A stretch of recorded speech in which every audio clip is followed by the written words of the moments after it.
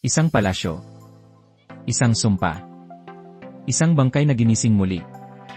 Sa gitna ng mga bulong ng espiritu at lihim na isinusumpa ng panahon, desperadong lumalaban si Yori sa kapalarang iniwan sa kanya, isang pamana ng takot at misteryo.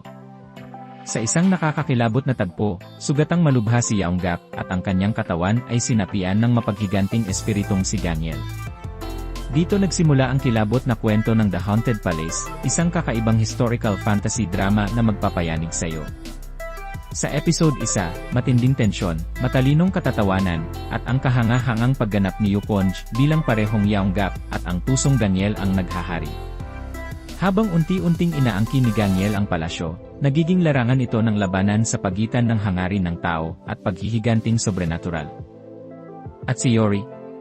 Nasira ang koneksyon niya kay Yaunggap dahil ang taong kaharap niya ay hindi na siya. Wala na ang lalaking minahal niya, pinalitan ng isang nilalang na puno ng galit. Hindi ito ang tipikal na kwento ng pag-ibig. Para kay Yaunggap, kapatid si Yori. Para kay Yori, simula't simula pa lang, sumpa na ang kanilang pagmamahalan.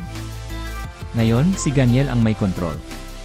At habang lumalabo ang hangganan ng pag-ibig at pag-aari, may bantang mas malaki pang kasangkot ang mahiwagang hari. Isang love triangle o square ang maaaring sumiklab. Isang bagay ang malinaw, hindi lang mga multo ang may tinatagong lihim. Huwag palampasin. The Haunted Palace ang kwentong hindi mo kakayaning iwanan.